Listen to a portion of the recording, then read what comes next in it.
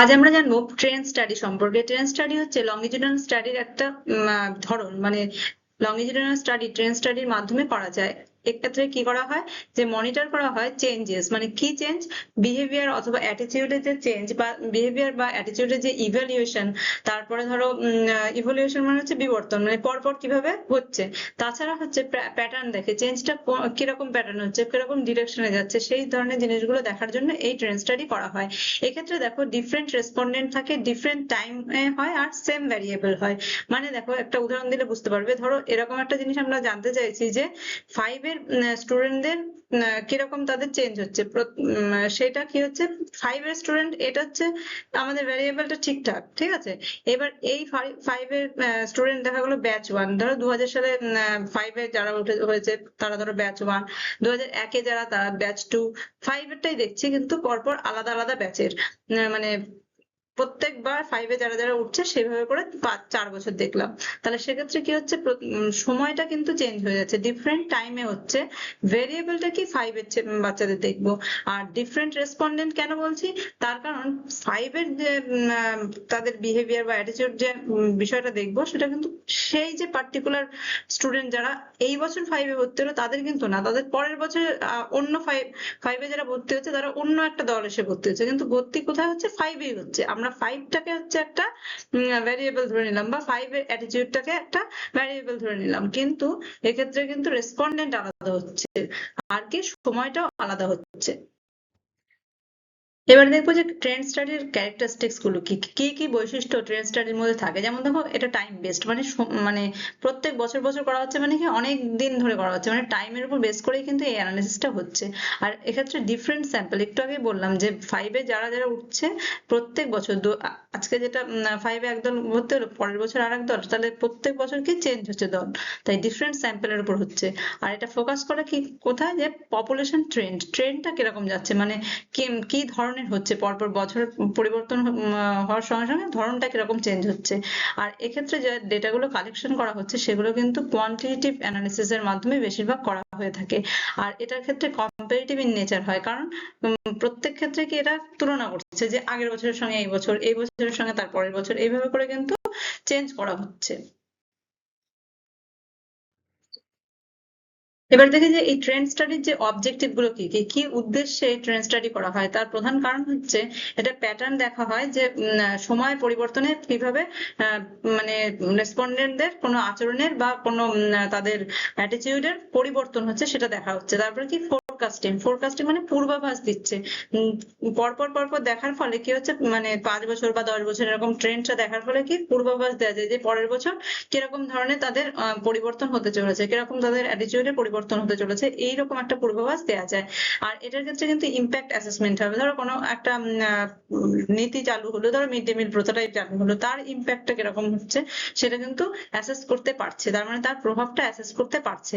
তারপর হচ্ছে দেখো সোশ্যাল আর ইকোনমিক এবং সোশ্যাল লাইফের যে শিফটটা হয়, এডুকেশনাল বা সোশ্যাল, এই যে আলাদা আলাদা শিফট, মানে সোশ্যাল, ইকোনমিক বা এডুকেশনাল যে ক্ষেত্রে যে শিফটটা বা পরিবর্তন হচ্ছে সেটা কিন্তু এক্ষেত্রে করা যায়। আর কি অ্যাসিস্ট করে প্ল্যানিং এবং ডিসিশন মেকিং, যেহেতু এটা পূর্বাভাস দিতে পারে, ইম্প্যাক্ট অ্যাসেসমেন্ট করতে পারে, শিফটটা দেখতে পারে যে প্রত্যেক ক্ষেত্রে শিফট বা পরিবর্তন কিরকম ভাবে হচ্ছে, তার ফলে কিন্তু যে কোনো প্ল্যানিং বা ডিসিশন মেকিং এর ক্ষেত্রে এটা কিন্তু সহায়তা প্রদান করতে পারে।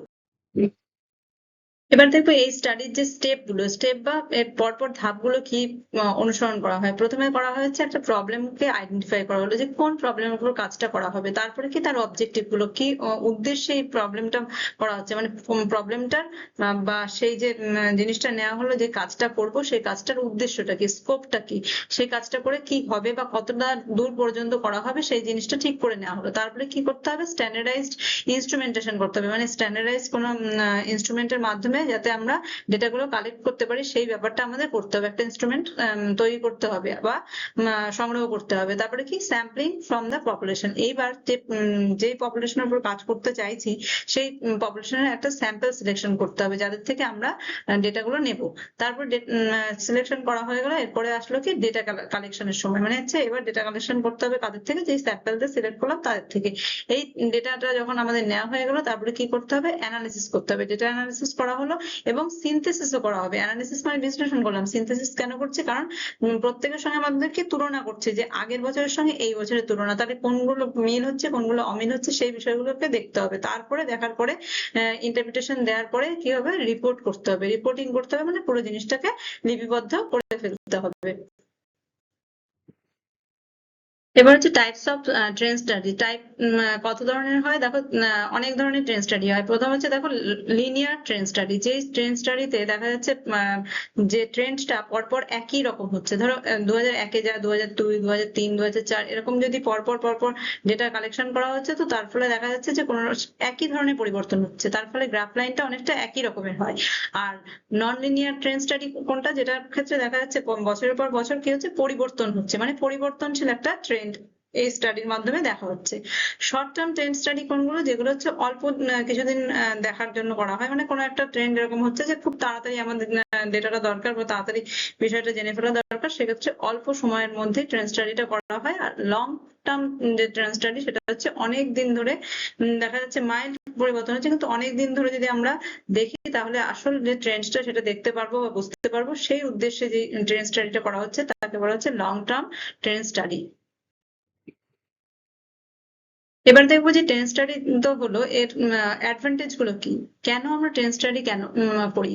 প্রধান কারণ হচ্ছে দেখো, লং টার্ম যদি কোনো চেঞ্জ জানতে চাই সেক্ষেত্রে আমরা ট্রেন স্টাডিটা পড়ে থাকি। এছাড়া কি বললাম একটু আগে, যে পলিসি মেকিং এ এটা সাহায্য করে, কারণ কি এটা ট্রেন্ড দেখায়, তারপরে ধরো এটা বুঝতে সাহায্য করে যে পরিবর্তনটা কোন দিকে, এটা আবার অনেক সময় ফোরকাস্টিং হয়, মানে পূর্বাভাস দিতে পারে, তার ফলে কি হচ্ছে পলিসি মেকিং এর ক্ষেত্রে এটা অনেকটা সুবিধা করে। আর এটা ইজি টু কন্ডাক্ট, মানে কি যে এক্ষেত্রে কি হচ্ছে, ভেরিয়েবল যেহেতু বেশি নেওয়া হয় না, একটাই ধরো ভেরিয়েবল নেওয়া হচ্ছে, আর কি স্যাম্পলদেরও কি হচ্ছে ধরে রাখতে হচ্ছে না প্রত্যেকবারই, মানে একই একই ক্যারেক্টারিস্টিক্স, কিন্তু কি হচ্ছে স্যাম্পল চেঞ্জ হচ্ছে। 5-এর এই বছরের যে দলটা পরের বছরের দল কিন্তু আলাদা, তার মানে কি আগের বছরের দলকে কিন্তু ধরে রাখতে হচ্ছে না, তার ফলে কি কন্ডাক্ট করাটা খুব সুবিধা হচ্ছে।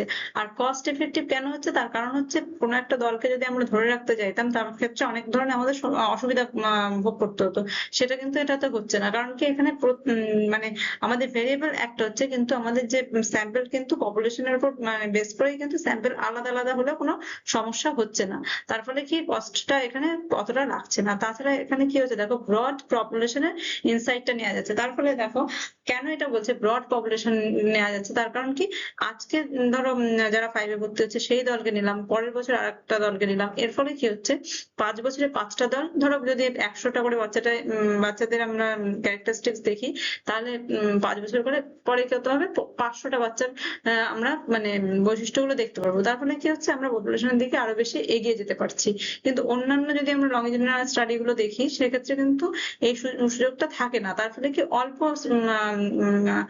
স্যাম্পলের উপর বেস করেই কিন্তু আমাদের সিদ্ধান্তটা নিতে হয়। এক্ষেত্রে কিন্তু এই সুবিধাটা আছে যে অনেক মানে পপুলেশনের ইনসাইটটা আমরা নিতে গেলে অনেক স্যাম্পল আমরা পাই এক্ষেত্রে।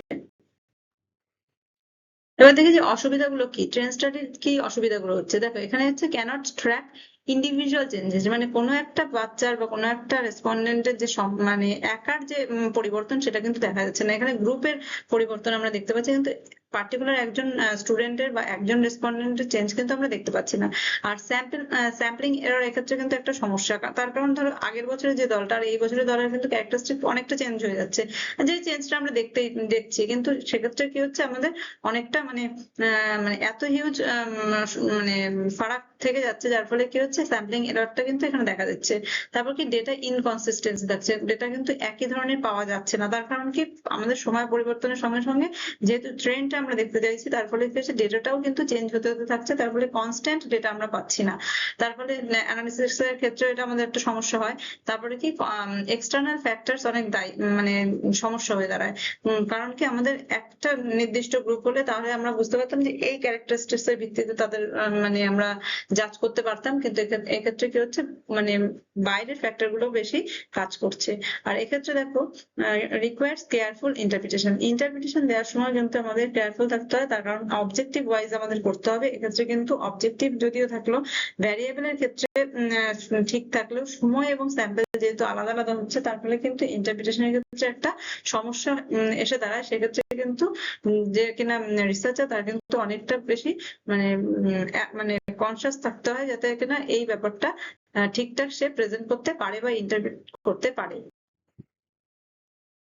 তাহলে আজকে আমরা জানলাম যে ট্রেন্ড স্টাডি কাকে বলে, তার ক্যারেক্টারিস্টিক্স বা বৈশিষ্ট্যগুলো কি, তার অবজেক্টিভস বা উদ্দেশ্যটা কি, কত ধরনের ট্রেন্ড স্টাডি হয়ে থাকে, তার স্টেপস গুলো কি, এই যে ট্রেন্ড স্টাডিটা আমরা করলাম তার সুবিধাগুলো কি হতে পারে, তার অসুবিধাগুলো কি হতে পারে, এইসব কিছু।